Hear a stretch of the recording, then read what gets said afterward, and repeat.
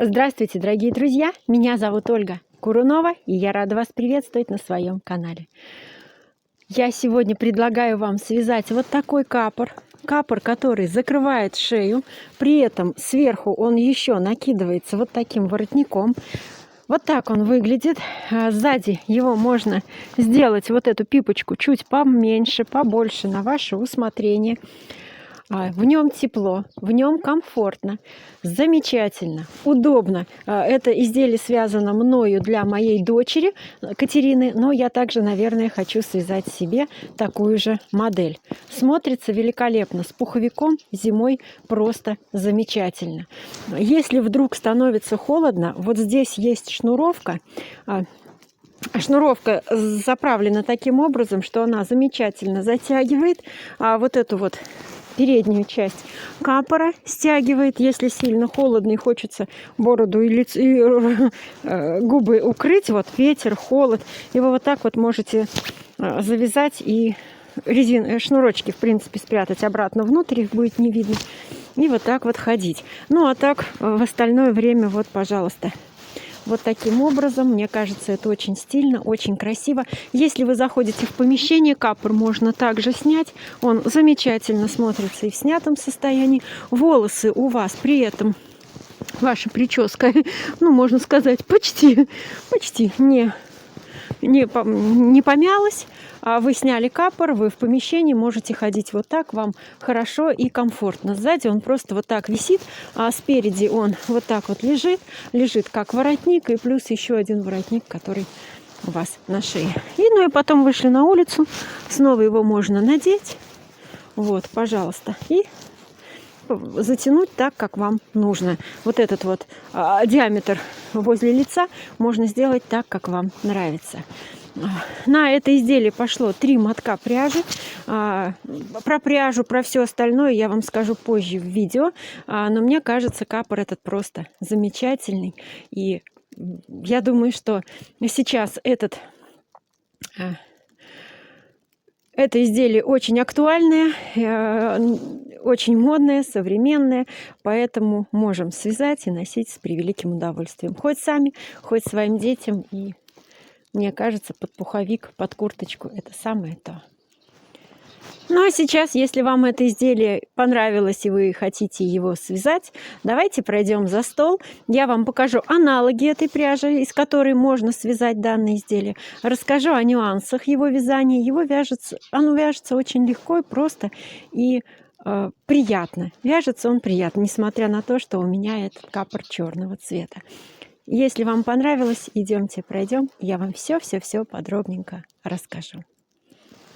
Дорогие друзья, если вы считаете это видео полезным для себя, то внизу в инфобоксе я укажу вам свой номер карты Сбербанка. Вы можете перевести любую сумму, исходя из вашего достатка и полезности данного видео именно для вас.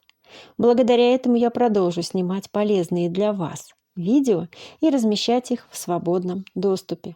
А у вас останется возможность учиться и осваивать новые для вас приемы и принципы вязания. Прежде чем начать вязать капор, я хотела бы с вами поговорить о пряже. Данное изделие я вязала из пряжи Катя Инженюа. В 50 граммах 140 метров, 78% мохер, 13 полиамид и 9% овечья шерсть первого сострига. Цвет номер 2 черный. И что я хочу сказать про эту пряжу.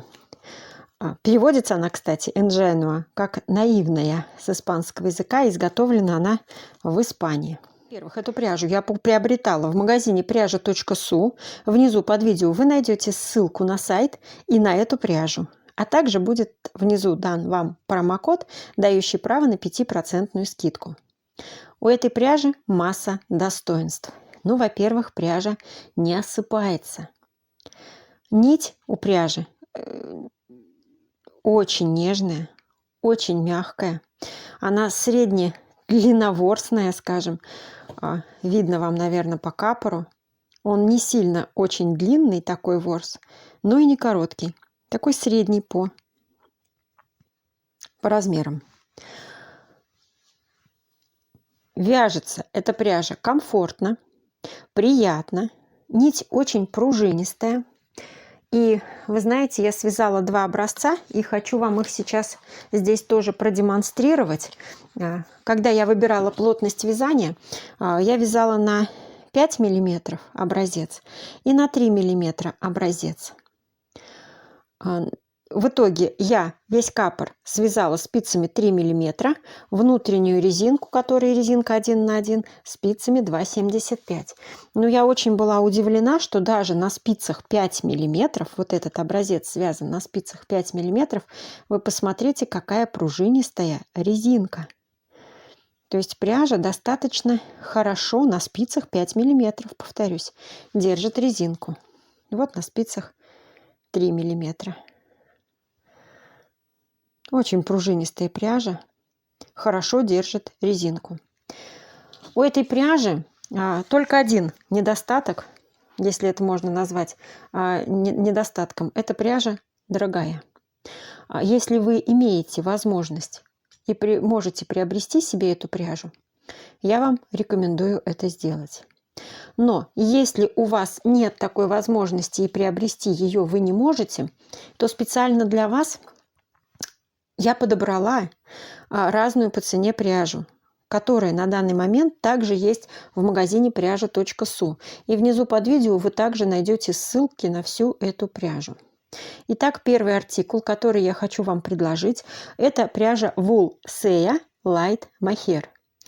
В 100 граммах 230 метров, состав 30% мохер, 70% акрил. Вязать можно в одну нить. Цена на эту пряжу на данный момент 189 рублей. Ну, учитывайте еще минус 5% по промокоду. Дальше. Второй артикул, который я вам могу предложить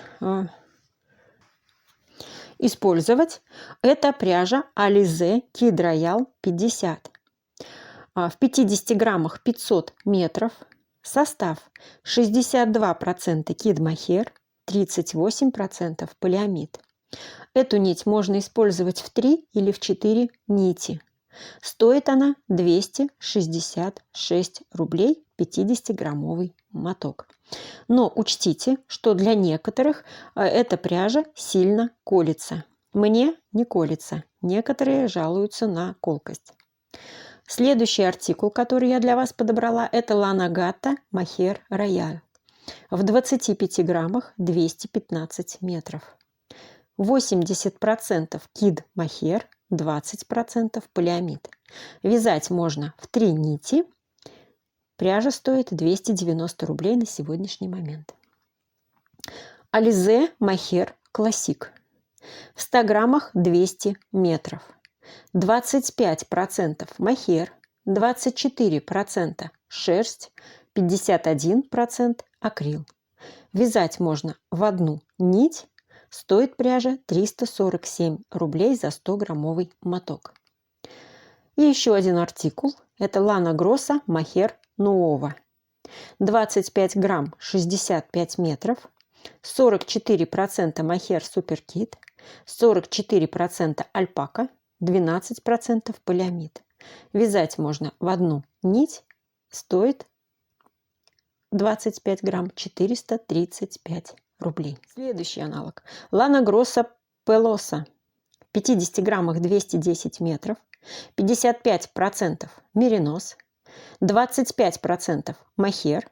20% полиамид. Вязать можно в 2 нити. Стоит 50 грамм 525 рублей. И последний артикул – это Siam Kimberly. В 25 граммах 210 метров, 80% Kid Mohair, 20% полиамид. Вязать можно в 3 нити. Стоит пряжа 555 рублей. Расход на это изделие составил 110 грамм. То есть 3 мотка пряжи. От 3-го мотка еще осталось, в принципе, на варежке. 110 грамм или 308 метров. Капор связан двойной.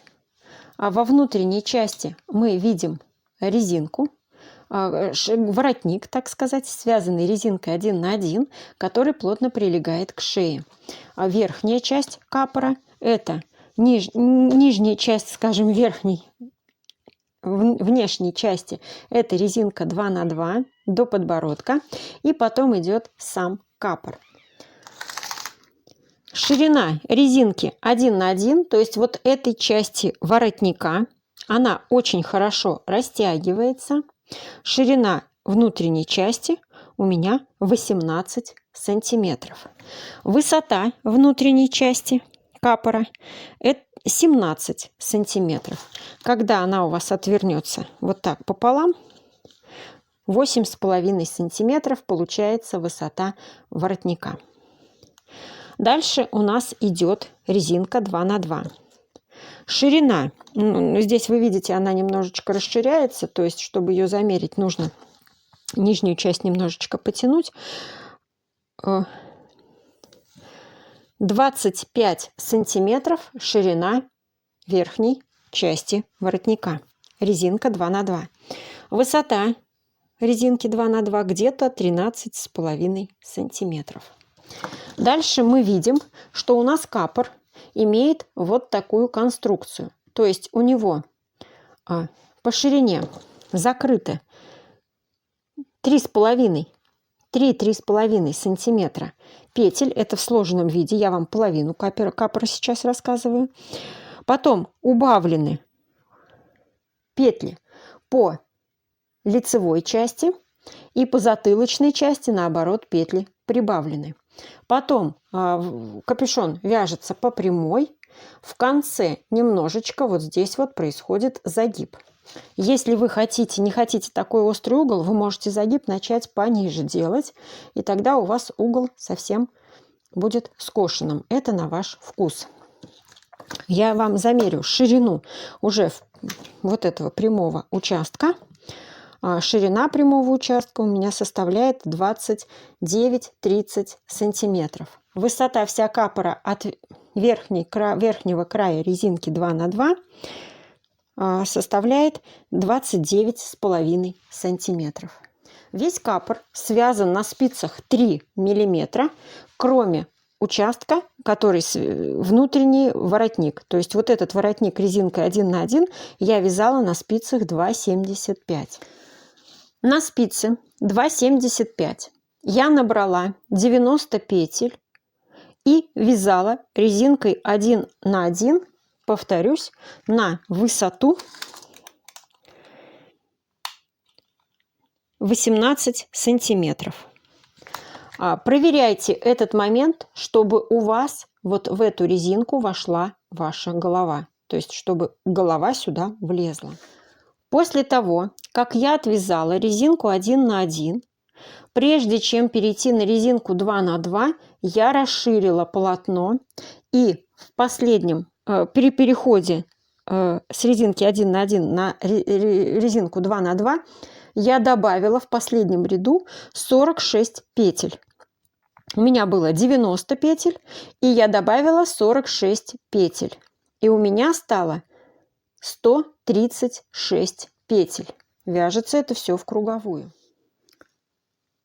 Провязали в высоту резинку 2 на 2 на нужную вам высоту верхнего, скажем, верхней части воротника. То есть вот это внутренняя часть, и снаружи здесь еще один вот такой воротничок. Высота этого воротника составляет где-то около 12,5-13,5. Все зависит от того, насколько мы потянем. 12,5 или 13,5 сантиметров. После того, как я вывязала резинку, я перешла на лицевую гладь. То есть весь основной капор у меня вверх связан лицевой гладью. В первом ряду для лица я закрыла 14 петель. И с этого момента я начала вязать уже обратно поворотными рядами. Уже не по кругу, а обратно поворотными. Лицевые ряды лицевыми петлями, изнаночные ряды изнаночными петлями.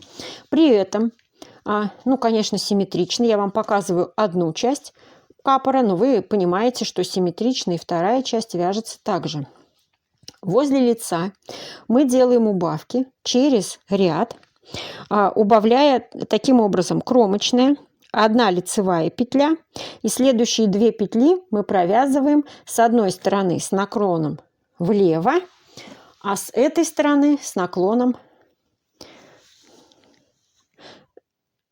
с этой стороны получается с наклоном вправо, а вот с этой стороны с наклоном влево. То есть наклон к центру нашего полотна. С одной стороны вправо, с другой стороны влево, к центру полотна. Это то, что касается у нас расстояния возле лица. Таких убавок, как вы видите, у меня сделано 10 штук. 9 раз в каждом втором ряду. И последний раз, чтобы не было резкого вот таких вот никаких углов, я сделала в 4-м ряду. 9 раз в каждом втором, 1 раз в 4-м. Вот, получилось 10 убавок. Одновременно с этим я выделяю центральные 2 петли. Я понимаю, что черный цвет и плохо видно. Вот у меня идут 2 петли. Это центральные петли капора. То есть делим пополам полотно. После того, как мы закрыли 14 петель, мы оставшиеся 122 петли, получается, делим пополам. 61 петля, маркер и еще 61 петля сзади. И по центру мы также делаем прибавки. То есть здесь мы у лица мы петли убавляли, а по затылочной части мы петли прибавляли. Прибавляла я петли в каждом втором ряду всего 18 раз. Здесь 10 раз, здесь 18 раз. Вышла на заданную мне ширину капора и дальше начала вязать прямо. Не доходя до конца, вот видите, у меня маленький кусочек, маркер я, правда, забыла поставить, не доходя до конца 4 сантиметра, то есть от начала у меня весь маркер, весь капор 30 сантиметров, я имею в виду лицевая часть капора 30 сантиметров, то есть провязав 26 сантиметров, не доходя 4 сантиметра до конца, мы также по центру капора начинаем делать убавки в каждом втором ряду. Опять от центральных 2 петель. Вот как здесь у нас эти 2 петли были выделены. Так и в конце тоже 2 петли выделены. И слева и справа от этих 2 петель мы делаем убавки. Здесь мы делаем прибавки. Вот 2 петли, перед этими 2 петлями прибавка, и после этих 2 прибавка. Перед, после в каждом втором ряду. То есть прибавки у нас тоже симметричные. С одной стороны прибавка смотрит к краю полотна, и с другой стороны прибавка тоже смотрит к краю полотна. Прибавки я делала методом протяжки из предыдущего ряда. Вы можете делать любым способом. Черный цвет, на черном цвете прибавки абсолютно не видны. Если вы будете использовать другой цвет, там уже смотрите сами, какие лучше прибавки вам использовать. После того, как мы отвязали лицевой гладью 30 сантиметров, мы оставили петли на спицы, и потом мы их просто сшили трикотажным швом по открытым петлям. Этот шов абсолютно не виден, ни с изнанки. Кстати, где он тут проходит, надо посмотреть.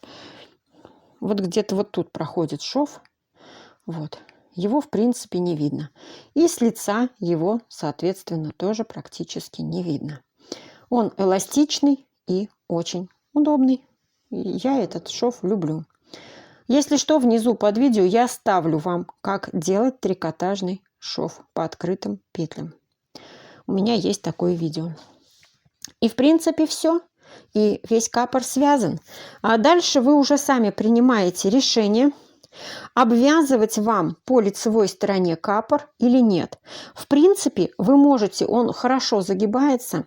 Если вам сложно обвязывать, вы можете его вот так подогнуть на изнаночную сторону и вот здесь вот подшить, а внутрь ставить шнурок. Следующий этап как я сделала.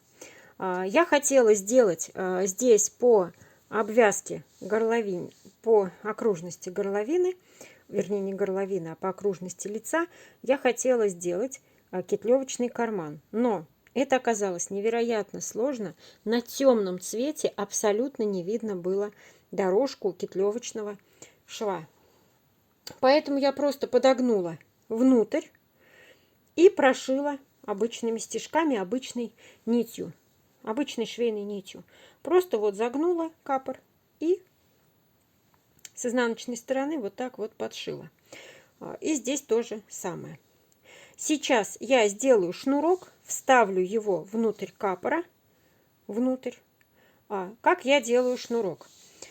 Я беру гладкую пряжу, обычную пряжу, гладкую, тоненькую. Ну, вы можете любую взять, если у вас нет, то вы можете, в принципе, эту пушистую использовать. Я шнурок буду использовать, вязать из 3 петель. У меня обычные нитки для вязания носков, вот такие, которые мне сейчас очень пригодятся. Я набираю 3 петли, 1, 2, 3. И начинаю вязать. Нитка у меня сейчас вот отсюда идет. Я на другой стороной, как бы задним концом, вот, видите, нитка отсюда, а я вот этим задним концом пододвигаю к спице и начинаю провязывать один ряд. Все петли, включая первую, включая последнюю, вяжу все 3 петли лицевыми. Снова пододвигаю конец нашего вязания на край и вяжу еще раз. И таким образом я вяжу весь наш шнурок. То есть провязала ряд, пододвинула к концу иголок. Вяжу снова.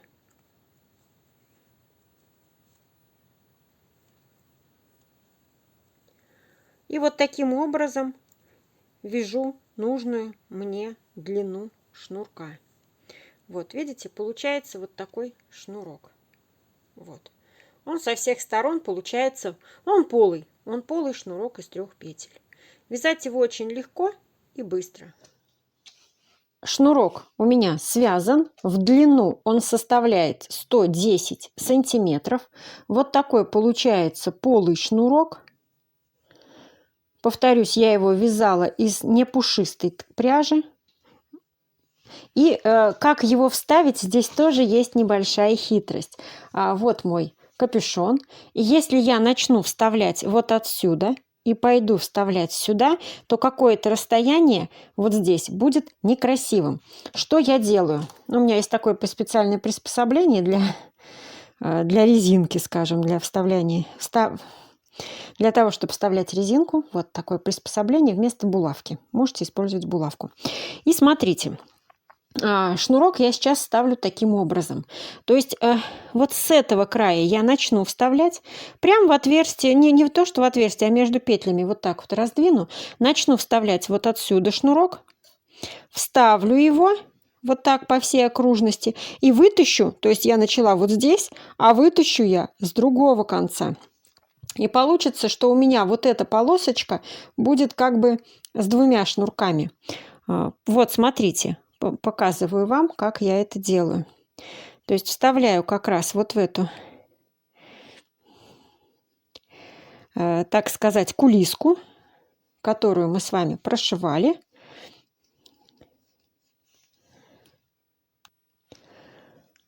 Вот, смотрите, я дохожу до этого места, откуда у меня вот здесь шнурок начинался, прохожу дальше, прохожу всю нашу лицевую часть и вывожу вот с этого места. Вот, то есть у меня шнурок, который идет вот так и заканчивается вот здесь.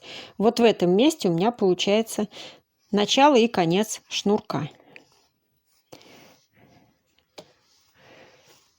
Вытягиваем хорошо.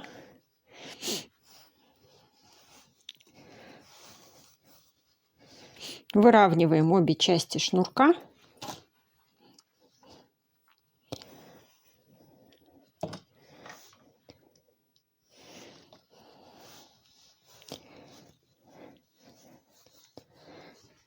Все. И теперь, когда мы будем с вами его затягивать, вот, шнурок, если мы будем затягивать, у нас вот это место тоже будет стягиваться. То есть вот, не обязательно даже здесь завязывать узел. Мы можем просто вот так вот стягивать, и все. И он у нас в этом месте тоже стягивается. Вот такой получился капор. Шнурок спрячется внутрь, его не будет видно, можно им пользоваться. Можно пользоваться только тогда, когда ветер, но это на усмотрение владельца. Вот такой двойной капор связался. С полностью закрытой шеей, закрытыми губами, даже если захочется. Закрыть нос можно вот этим местом, если сильно холодно. Вот такая красота. Модель, которую, можно сказать, придумала моя дочь, усовершенствовав модель на рисунке. Мои дорогие друзья, благодарю вас за внимание. Я желаю вам ровных и легких петелек. Вяжите с удовольствием. Радуйте себя и своих близких. Желаю вам всего-всего самого-самого доброго. И до скорых встреч. Пока-пока.